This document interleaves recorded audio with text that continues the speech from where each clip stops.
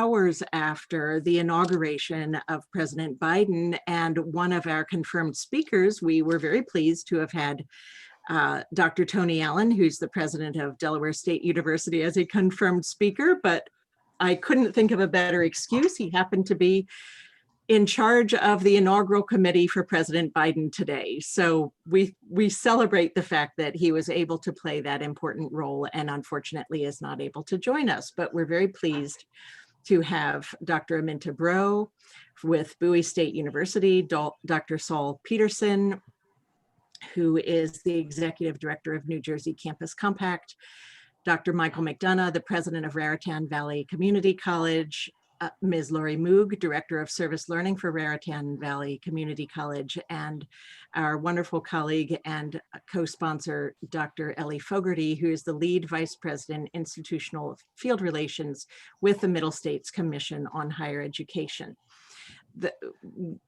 Wanting to focus more on the conversation at hand and not bios, I refer you to our Campus Compact Mid-Atlantic website where you can find everyone's full bios there.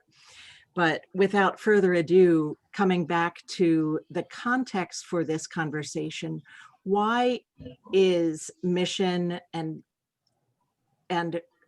goals, ethics, and integrity, how are they tied to civic and community engagement? How can civic and community engagement be not only a vehicle, but a very important critical vehicle for demonstrating those standards, those middle state standards, and why, with the context of our country, the global pandemic, the gross inequities in how social and economic crises impact communities of color, why, with the heightened awareness of the importance, the urgent, critical importance of justice, equity, diversity, inclusion, how does that all pool into and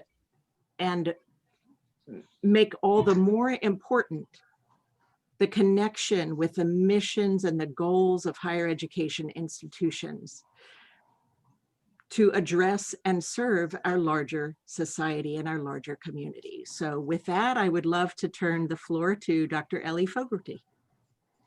Thank you, Madeline. I'm delighted to be here today with my colleagues.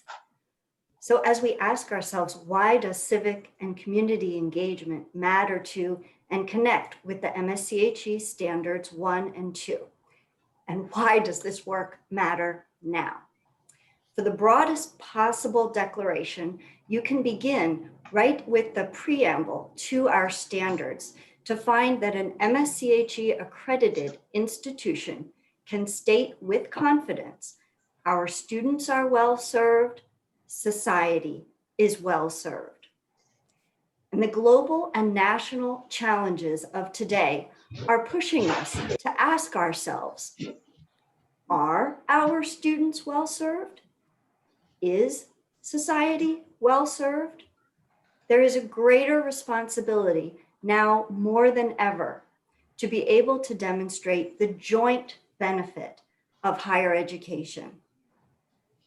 Because the Commission has one set of standards for its 500 plus institutions with diverse missions, you'll find these statements throughout our standards: aligned with mission, linked to mission, consistent with, as appropriate to, congruent, compatible, in light of mission, and faithful to mission. So this is very important since our institutions use the Commission's expectations as a touchstone and a framework for decision-making when pursuing initiatives. Focusing on Standard 1, mission and goals, we get to the very root of the self-reflection practice when the institution asks itself, are we who we say we are? By a thorough examination of mission and goals. How collaboratively are they developed? How do they guide decision-making and resource allocation? How do they support scholarly inquiry, creative activity? And how do they address external as well as internal context and constituents, to mention a few aspects of that standard. Middle states does not determine your mission. We ask you how well you are living the one you have chosen. And so for those institutions that have identified civic and community engagement within mission, vision, values, or goal statements, this is exactly where the institution will be demonstrating the importance as well as the impact of this mission through narrative, analysis, and evidence. Focusing on standard 2, ethics and integrity, the institution is asking itself, are we living our expressed mission with ethics and integrity in all activities, whether internal or external? Where are we with our institutional commitments, campus climate, practices, policies? Importantly, and as appropriate to mission, do we have services or programs in place to promote affordability and accessibility? This is something new in our standards. Our institutions have shared with us many examples of what they have learned by taking the time to sit down and thoroughly review and reflect on institutional policies and procedures in this standard. Imagine keeping your commitment to civic and community engagement in mind as you conduct a review of all your standards, of all your policies and practices.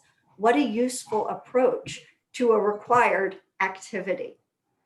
So throughout the self-study process, institutions reflect, gather evidence, demonstrate, and peer evaluators visit to confirm and verify. So I'd like to pass the mic now to Dr. Mike McDonough and Ms. Lori Moog.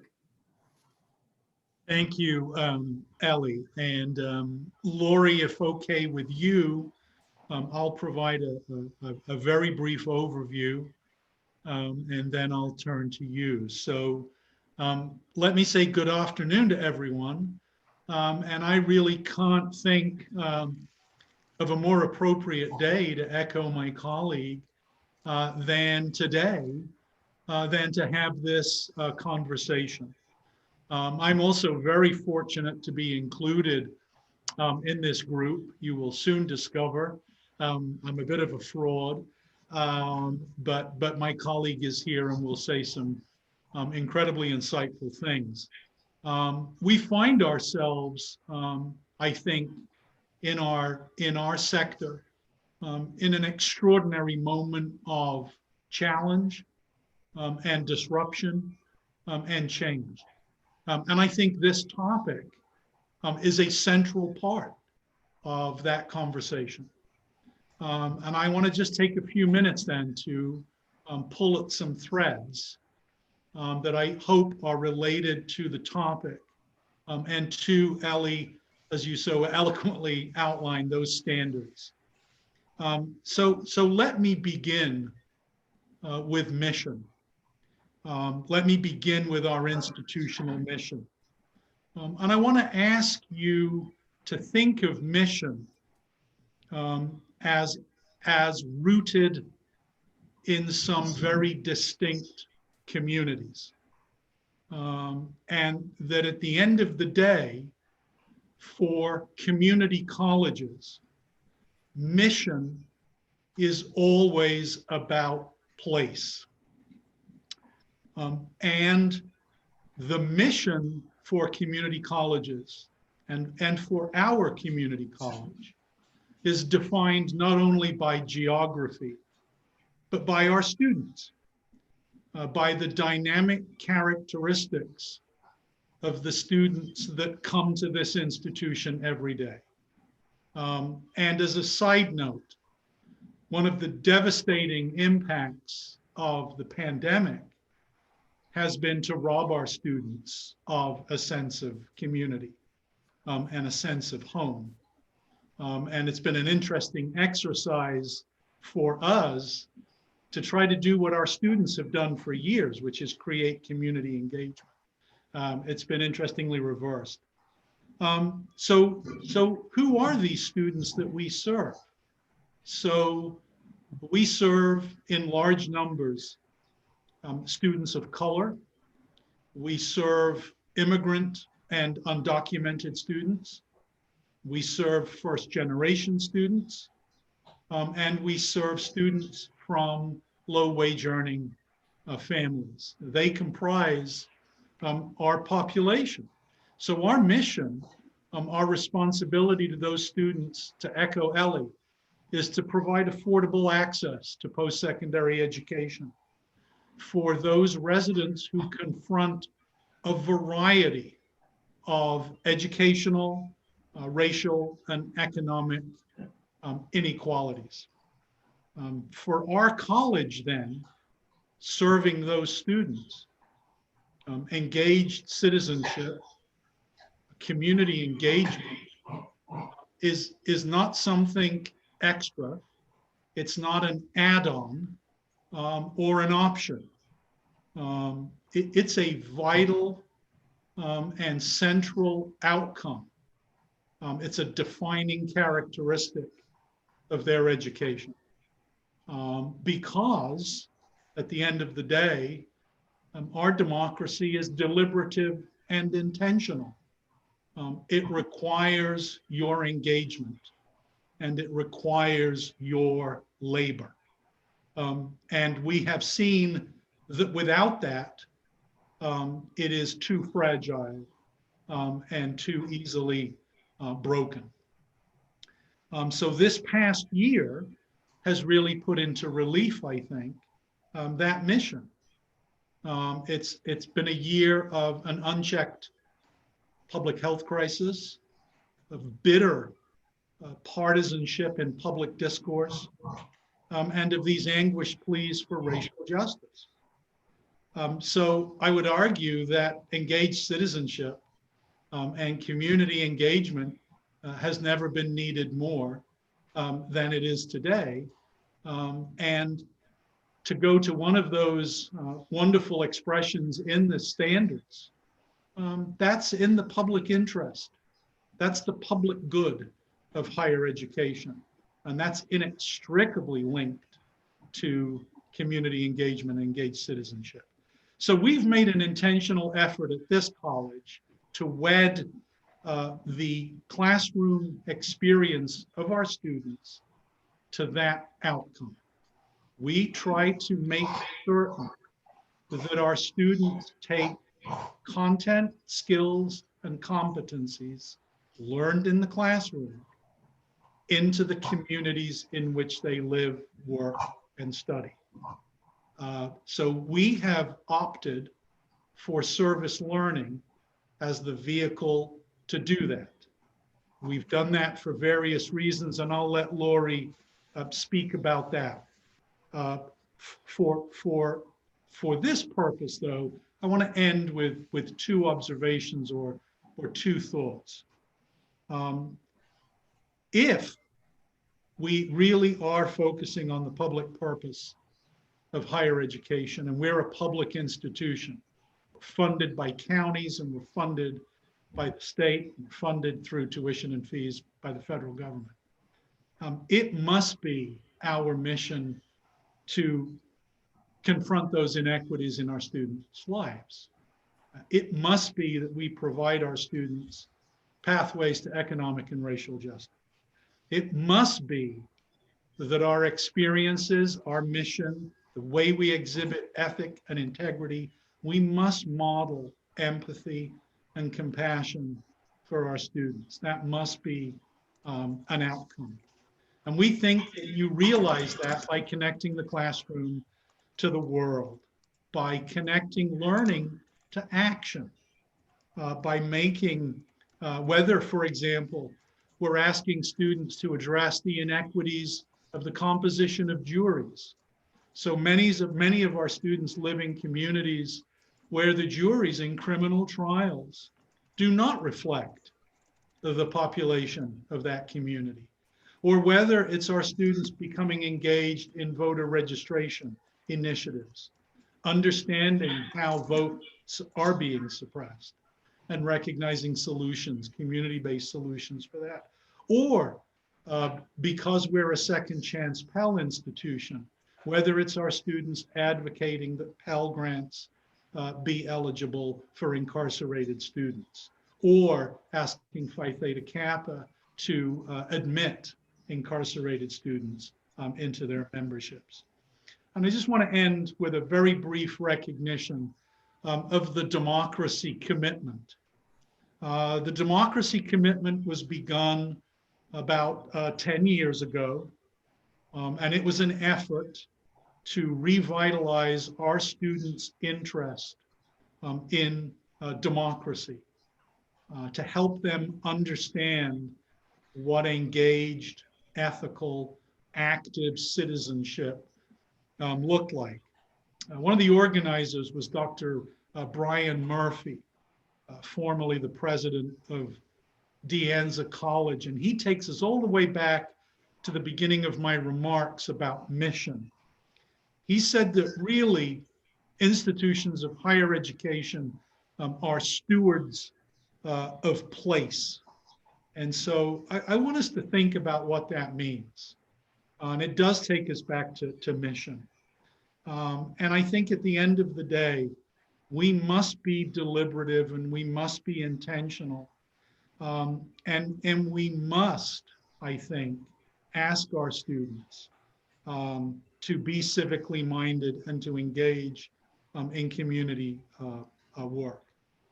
Community college students are more than likely going to remain in the communities they were born in and that they went to school in. Surely our most important mission is to help those students make that place a better one. So I'll hand it over to Lori. Okay, thank you, Mike. Well, thank you, Madeline and Saul, for pulling us together on this important conversation. So just to add a little bit, I want to give a little more detail about what our service learning and community engagement work looks like. One of our hallmark programs is our nationally recognized service learning, which enables students to use community service as part of their academic coursework, and they get credit for it. We've been involved in this work very deeply for the last 25 years. We work with 250 community partners in the 2 counties that we serve, Somerset and Hunterdon County. So this provides really wonderful opportunities for our students to address so many different community issues and connect it to the academic learning in their course. We offer service learning in many different courses within all our 9 academic departments. So students have the opportunity to do service learning both as part of their academic and career curricular. Structured reflection is a part of all of our courses. So, you know, the research shows that when volunteering is great, but when people have the opportunity to reflect on those experiences, and particularly under the guidance of a faculty member, it really does heighten the experiences for students. There's a number of enabling mechanisms that help us do this work. We're very fortunate to have a service learning and community engagement office that is dedicated to doing this work with faculty and many different departments at the college. And those departments include other areas that provide civic engagement work, such as student life that manages student clubs, student government. Internships is another area. We have service learning in co-ops, and our workforce, both career and both credit and non-credit areas. So students really have so many different opportunities to experience this work. And another way in which it enables us to do this work is most recently we added an AmeriCorps position to our program.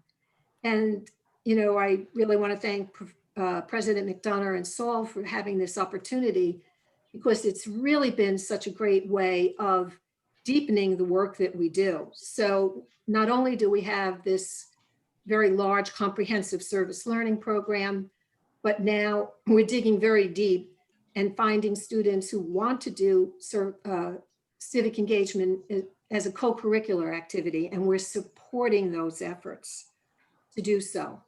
I also want to say that AmeriCorps is an incredibly important program because their values and their mission is the same as our mission and that of Middle States.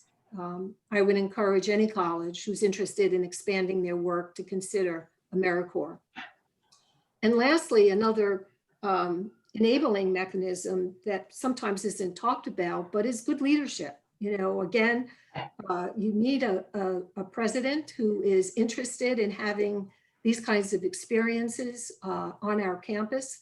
So it is top down and bottom up leadership that counts. You need faculty who are leaders, you need community partners who are leaders as well, and certainly the students. So we're all in this together. And so lastly, why is this work important? Is really because it empowers our students to be part of the solution in solving community problems. And it gives their education meaning and relevance, and that's very important. And I also know that the students will inherit the communities that we leave them. So I'm hoping that we leave it in a good place. And these are the many ways in which we align our work with Middle States. Thank you very much. They're wonderful, rich comments and examples. Dr. Bro, would you also chime in from your perspective? Sure, I'd be glad to. And good afternoon, everyone. And I want to begin by thanking Middle States and Campus Compact. Madeline Yates, thank you for your leadership. And to everyone who helped organize today's program. And to my esteemed panelists, it's truly a pleasure to be on the panel with you today, particularly on this historic day in our country. Our attention to civic and community engagement is especially significant as we see the growing need in our society for an engaged citizenry to meet the challenges facing the health and well-being of individuals, our communities, and our very way of life as we strive to sustain our democratic values and our democracy itself. Civic and community engagement in the United States has been an essential element of the heart and soul of higher learning. And at the first HBCU in the state of Maryland, Bowie State University, where I have the pleasure and honor of serving, it is really part of the essentials and the bedrock of our mission and our purpose. We were founded in 1865. And if you know your history, you can understand why it is so essential for us to have our students and our entire campus community focused on how we can make this place better. We start with telling our students from day one, when they enter the university, that this is BSU for life, that you're going to be more than a student just sitting in a chair. You are joining a community. And really that's where it starts, in helping us to build that relationship with the students so they see themselves engaged in the learning process. And they're more than just a vessel where we pour information into them, but we're expecting them, and we set our expectations from the very first day. We're expecting them to participate in the learning process, and that includes civic and community engagement. And it starts at home, on our campus. We ask that our students commit to enriching their campus community, giving of their unique time, talent, and treasures in whatever way they can to leave a lasting legacy when they leave Bowie State University and impact on their campus community and to enrich it. That's where we start with our students. So it's at the bedrock of what we do. Our mission in higher education has historically help to foster the values of democracy, equality, freedom, the creation of new knowledge. And access to education is just as paramount today as it was then for individuals to grow and thrive, and in turn, allow for their communities at large to grow and thrive. But it starts with empowering our students and helping them to see themselves in that process of learning and engaging within the community. Our mission drives our efforts and represents our commitment with our students in a shared sense of understanding about our purpose. And we have many civic and community engagement activities, programs, and initiatives that link to our overarching purpose and mission of the institution. Some of those that were just, that Lori just cited, happen on our campus, from community service where our students are working at the nearby homeless shelter, giving to the latest, to the newest, the nearby food bank. They're helping in a variety of ways to give back to the larger community. But again, it starts with enriching the campus community and giving of themselves in their new environment. The BSU Strategic Plan provides the map by which we carry out this commitment. Our strategic plans and our goals are shaped by our sense of purpose to educate students in a holistic manner, so they can develop and grow to realize their sense of purpose and pay it forward for our communities and the society as a whole. Our strategic plan includes 3 priorities: academic excellence, student success, and the long-term viability of the institution. Related to our plan and those priorities, we have 5 goals by which we set our focus, and we make sure that not just the president knows the strategic plan and the priorities, but the entire campus. And indeed, the entire campus participated in the development of our strategic plan. And we continue to stay focused in spite of everything that's been happening, and the world is changing, our country is changing, but at the same time, I see us on parallel tracks, fulfilling our purpose and our mission, adhering to our priorities, adhering to our goals, and ensuring that we're positioning our institution for long-term success. Our goals include achieving academic excellence supported by curricular and non-curricular and co-curricular experiences. That's goal 1. Goal 2, promote a holistic and coordinated approach to student success. Goal 3, encourage academic and administrative innovation to meet student needs. Goal 4, enhance our campus culture of diversity and inclusion. And then we go on to talk about the long-term viability of the institution. But throughout those goals and the strategic plan is civic and community engagement and adherence to our mission. You hear it deliberately and intentionally in goals 1, goal number 1 and 4, where we precisely talk about civic and community engagement, but it actually is a thread throughout most of what we do in preparing students holistically to go out into their communities and enrich their communities. With the leadership of 2 areas on our campus, the Office of Planning Analysis and Accountability, OPAA, and the Center for Academic Programs and Assessment, we're able to answer a question I ask my cabinet members in the campus sometimes when they're busying themselves around the campus and we're doing a lot of things. I come back to, so what? What was the impact? What did we do to help students grow, to change, evolve, and live up to their greatest potential? And that's where assessment and meaningful measures come into play in linking back and showing and demonstrating the impact that all these engagement activities have on the growth and development of our students and the growth and development of our communities, starting with BSU and the larger community. So 2 primary examples, and then I'll close out, of how we have measured in a meaningful way. We were part of the National Study of Learning, Voting, and Engagement, an assessment that examines voter behavior across college campuses along numerous metrics. We also have been part of the ETS Civic Competency and Engagement Assessment. It's a pilot study to assess students' civic knowledge and understanding, as well as their civic engagement as measured along numerous measures. The results showed that there is indeed an impact and growth from freshman year, first year, until senior year. So that's just two examples of how we're linking what we're doing to our mission, but then being able to demonstrate in meaningful examples and measures of the impact that we have. The work continues as generations and social and political climates are changing. And so we have to press on, continuing to fulfill the mission.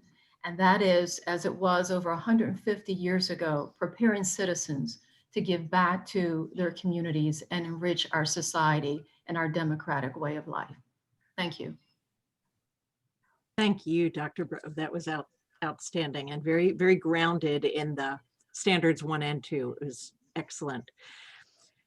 Dr. Saul Peterson, let me pass the baton to you to ask some of the questions that have come in, or some guiding questions for our panelists. Thanks, everybody. It's a pleasure to be here. It's a pleasure to hear from our panelists today in particular, and a pleasure to work with the Middle States Commission on Higher Education. Thank you, Dr. Fogerty, who's here today. Through these discussions, to better appreciate the role of civic and community engagement in bringing to life the mission of higher education, making this mission clear both to the campus and to the neighboring communities. So I have some questions that I'd like to pose, and Dr. Bro, if you wouldn't mind, I'll put this question to you, and if Dr. McDonough and Ms. Moog wish to answer also. So first question, why are civic and community engagement especially important to your institution now? Given the cascading crises, as was one of today's phrases, of COVID-19, flailing economy, climate change, and social and racial injustice in all of its forms? Well, that's a great question. As we have been facing these crises, and in the time of crises, there's an inclination, of course, you're going to focus in on the negativity. We've lost over 400 lives.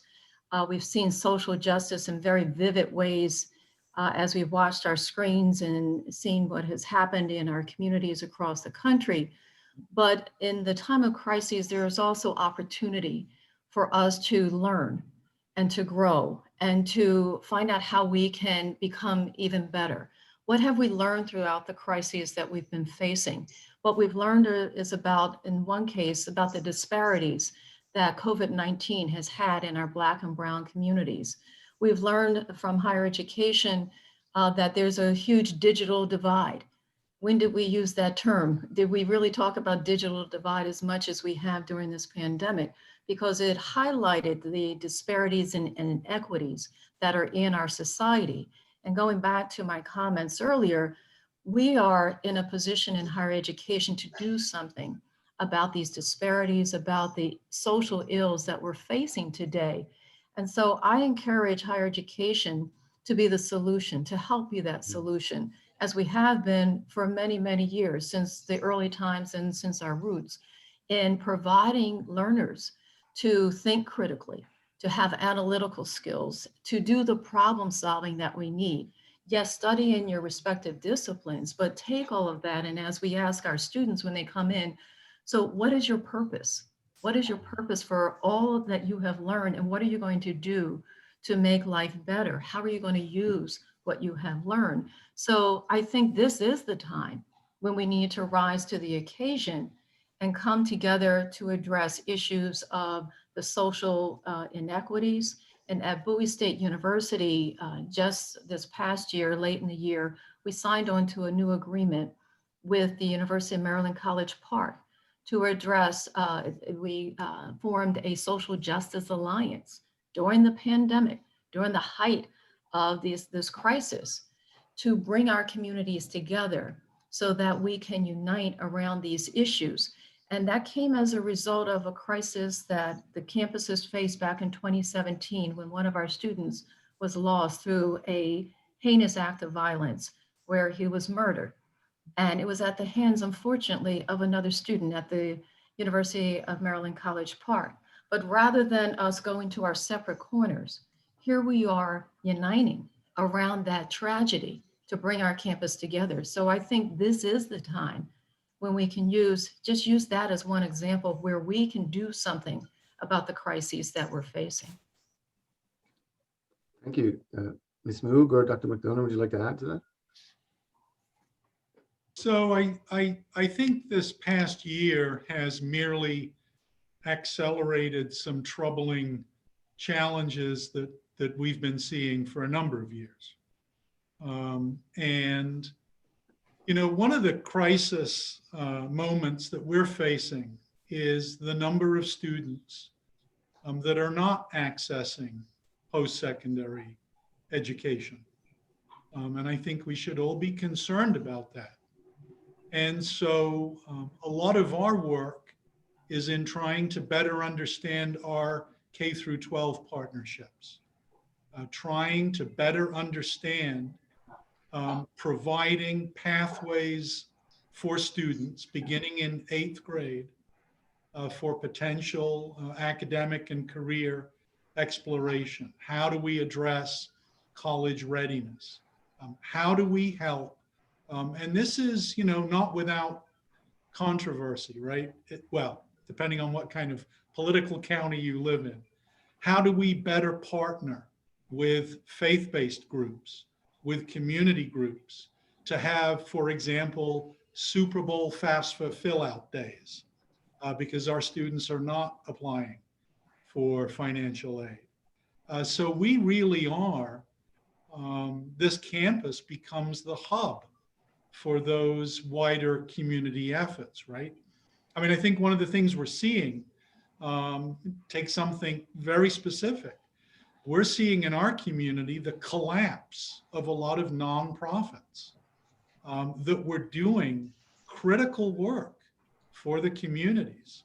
So we have a food bank on campus, and we're seeing enormous usage now from residents, not just students.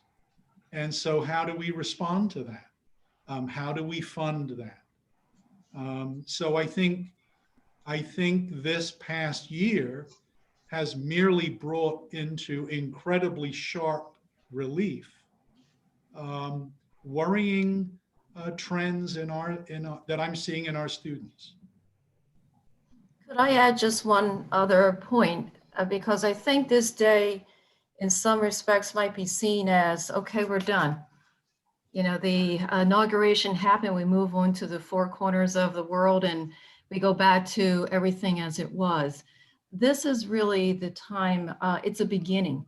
And it's a beginning for us to begin shaping our democracy and encouraging individuals to vote. Throughout the last election season, we saw our students serve as election judges because we've seen COVID-19 impact on the seniors who couldn't serve.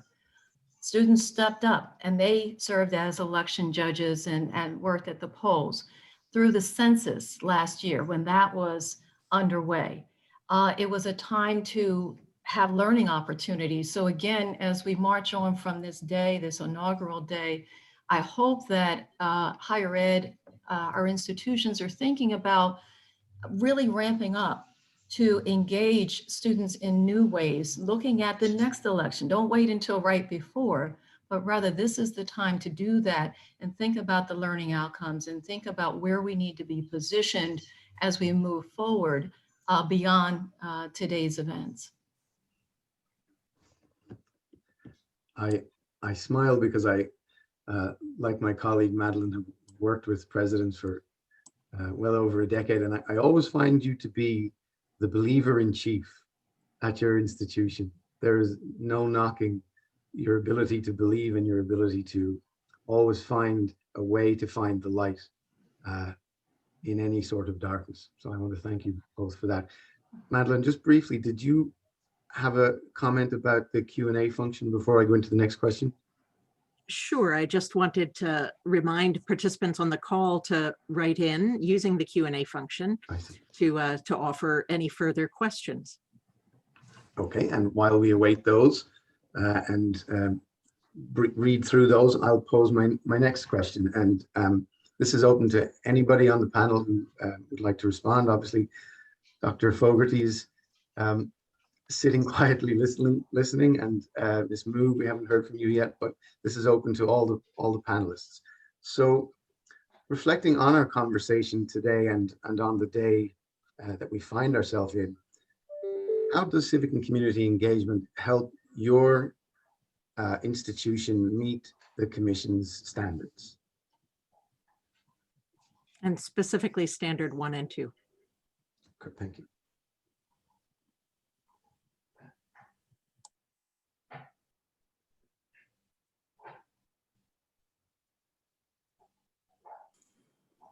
Was Well, that not directed being to at any an particular institu- person? I wasn't sure who were directing that to. My apologies, Dr. Bro. I wanted to leave that open to whomever wished to respond, or else I can direct it to somebody. No, that's fine. It's really about linking, as we were saying earlier, linking to your mission, and Ellie started out talking about, are we promising, are we delivering on what we're promising? And for every institution, you have to go back to your mission. What have you promised? And that starts in your marketing materials. You're putting out messages saying, we are this great, and whatever you say in your marketing materials, we, as part of our mission, we see ourselves as a nurturing environment. We are about academic excellence. We are about building self-efficacy, self-confidence. So then it follows through to those items I was mentioning earlier with your strategic plan, your goals, and knowing that everyone is focused there, but delivering on your promise. When you look at ethics and integrity, it's about living up to what you say you are going to promise. And that goes back to your catalogs. It goes to how you support students through their learning in all the support areas, your materials, and living up to and honoring what you have promised. And it's more than just words. It's about showing, it's about doing. And if you say that you're this nurturing environment, well, then your policies need to reflect that. Do you have policies that maybe don't reflect being nurturing? So if when a student goes through conduct, are they out the door automatically? If you say you're a nurturing environment, are you a hands, you're done, you messed up, you're out of here, or do you guide them through that learning process? How do you nurture? So it's living up to the expectations that you've set. And standard 2, it's really about, what binds us together. It harkens back to our values. What are the values of your institution? And living up to those values. In our values, we have integrity. It is one of the values that we put out and we live. And it has to be living and breathing. It's not about words on a page, but it's how you demonstrate it. Because students learn through not just what they learn in the classroom, but they learn vicariously, watching their faculty members in their research areas.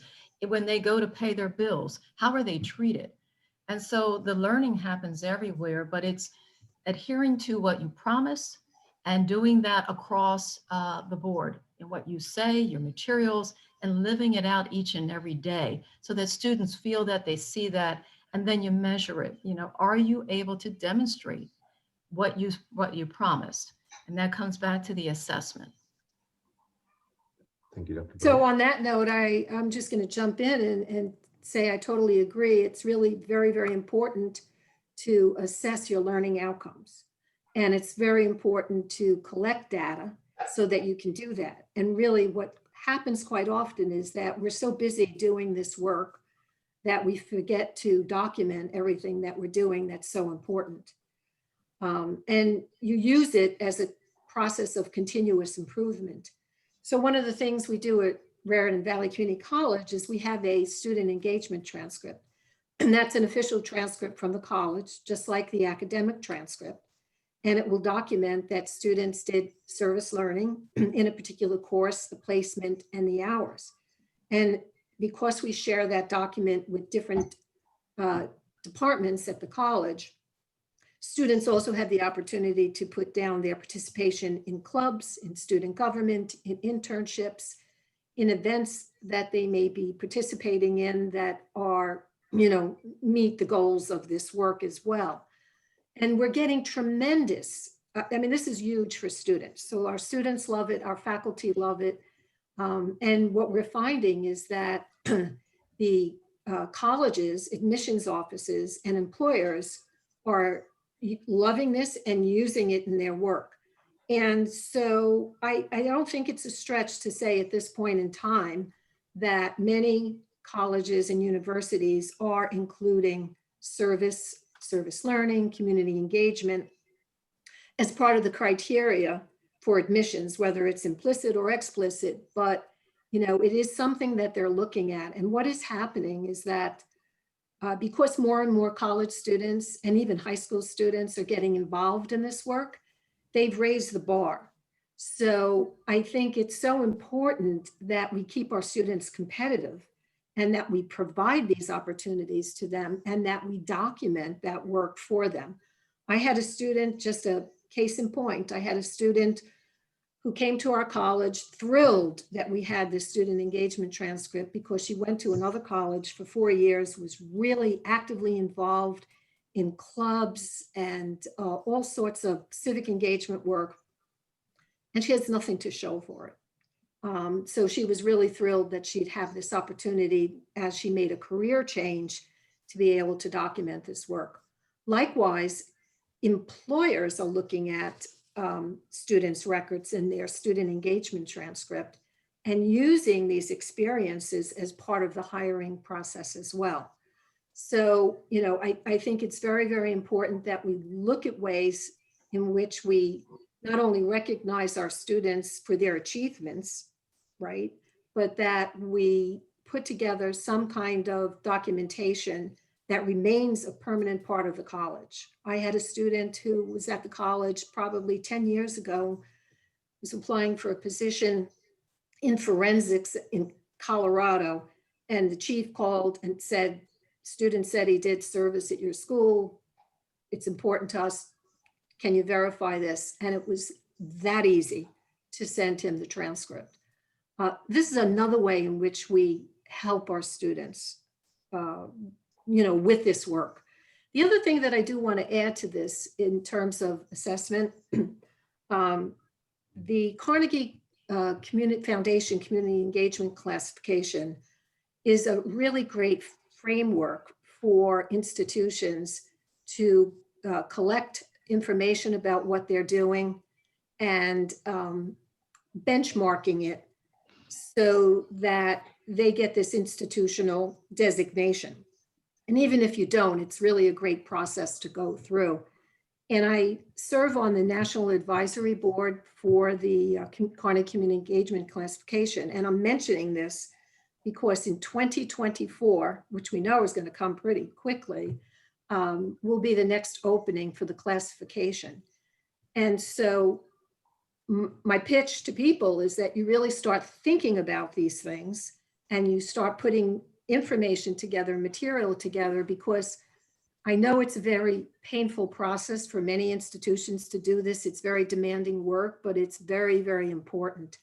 And the Carnegie is also looking to get more community colleges and historically Black colleges involved with the classification. And these are things that I think will help complement the work that we're doing, because it's an outside institution saying that you've done the work and you've received this achievement, but it's also a process that you go through that helps you benchmark everything and collect everything. Saul, this is a very minor point, but the importance of this work on our institution is chances are if you encounter law enforcement in this country or a nurse in this country, they likely started at a community college. If we can be the institution that models empathetic, compassionate embrace of the other or difference, I think that's important. And so I think it is important that our criminal justice students go into communities and attempt to solve the inequities in those communities, often in communities that they are asked to police but don't live in. that's a real concrete, valuable outcome. And the other thing is this. Our student population is predominantly part-time. It is older, and it is often split between career and academic. That's a false dichotomy, by the way. It's not an either or. This work helps create a unified campus identity for those students. And that's important for us. Thanks. I just wanted to check, first of all, can you still hear me? Yes, yes, Okay. it looked like you were frozen for a moment there, Saul. Just a reminder that we'll have to move into our wrap-up comments shortly, but Saul, I think that you have time for a question from the audience and maybe some other responses from Dr. Fogerty. Thanks, but Madeline, unfortunately, for some reason, I can't see my screen right now. So would you Okay, mind taking very over with good. that question? Let me offer up this question, and then Dr. Fogerty, if there's any way to weave your comments in response, that would be marvelous. So we have a question. Many of our learning outcomes are focused on IQ, and much of what you are wisely suggesting is a focus on EQ. Can you discuss the balance between these two intelligences? Sure. Not being an expert in either, I will feel free to make comments about this. But I think what we're talking about is how do we bring closer together and integrate the cognitive intelligences with the emotional intelligence? And how do we keep those from being seen as two separate things, that you go to your classes, take your classes to develop your cognitive intelligence, and you participate in these co-curricular activities or outside of the classroom activities for these other skills. And we wouldn't want to think of it that way. We want this to be integrated.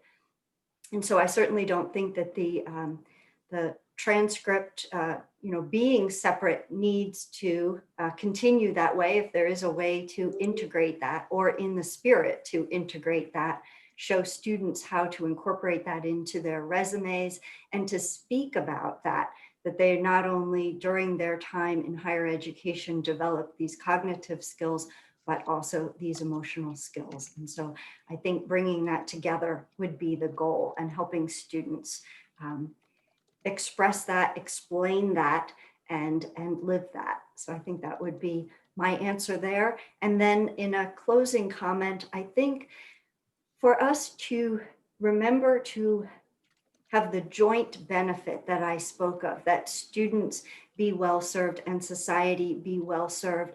I think Mike brought up an important point.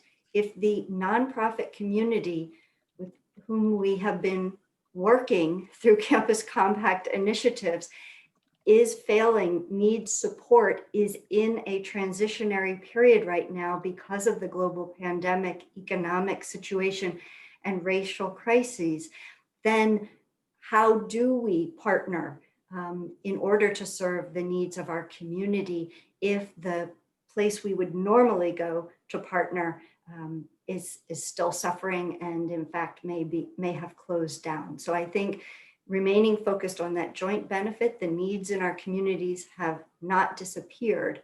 And so how do we as institutions of higher education continue to advance our mission to serve the communities when the go-to partners are no longer there? Thank you. Very good. Well, we do have another question in the chat that has to do with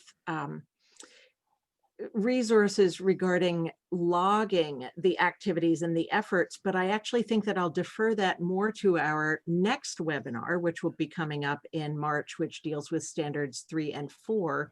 And then of course the fourth webinar, which is around assessment. So, and please feel free to reach out to your local Campus Compact Executive Director, either Saul or Lori Worrell or myself for further resources. However, now thank you again, Ellie, for your final comments, and let me pass first to Dr. Bro, then Dr. McDonough and Lori. Again, I want to thank you for hosting this program today. I appreciate the opportunity to share how we have considered standards 1 and 2 as we look to the future and continue on for the next 150 years beyond for Bowie State University. We have talked about a number of initiatives and different ways that we can encourage civic and community engagement. As you think about the future, I want to encourage everyone to think also about the need that is out here in our community. It is growing. There are different ways that our students can give back and to help with these issues that are happening.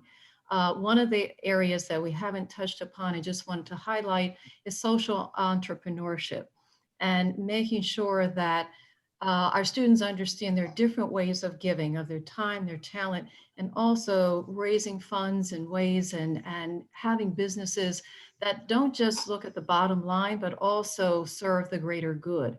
Entrepreneurship is something that is huge and growing. And this is just one of the examples of ways that students are thinking a little differently today than they may have, 30 or 40 years ago. Again, let's continue to think about how we need to shape education to meet the needs of our communities and serve our democracy and shape our democracy. The work continues beyond today. And when it's safe to do so, I invite everyone to come and visit us at Bowie State University, just outside of DC. We are growing, we're thriving here in Prince George's County. We have more than 6,200 students, and I look forward to a brighter tomorrow. Thank you so much. Thank you. Dr. McDonough. So thank you. Ellie, it was so nice to see you again. I have two closing thoughts. And I will confess, like all academics, I have plagiarized the first one, and I confess to that, but I steal from the very best. This was from Dr. Freeman Herbowski, who asked a very simple question. Do you know who your students are? Do you really know who attends your institution? And that's a very humbling question to ask administrators sometimes. So if you are thinking of engaging in this work, it is a stunning way to discover who your students are. I urge you to do it.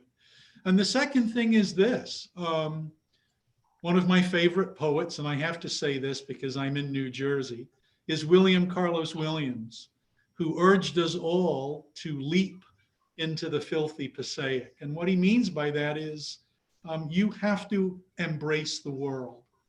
And I think it is time for our institutions to adopt an activist agenda, that our outcomes find expression in our abilities to better the environments, to better the communities that we are in. The third name of my college, of our college, is community. And it's time to make that more meaningful, perhaps, than it has been. Everybody, please stay well, please stay healthy, and thank you all for doing this. Thank you. Well, we are kind of at time here. It's 2:59, and I know many of you have other meetings coming right up, but please join us for our next webinar, which will be in March. You can sign up. You can access the webinar series through the Middle States website, through our Campus Compact Mid-Atlantic website, or that of your local compact in your area. And I just thank all of our panelists. Frankly, your leadership shows. It just shows and it matters. And I thank you for that. So, adelante.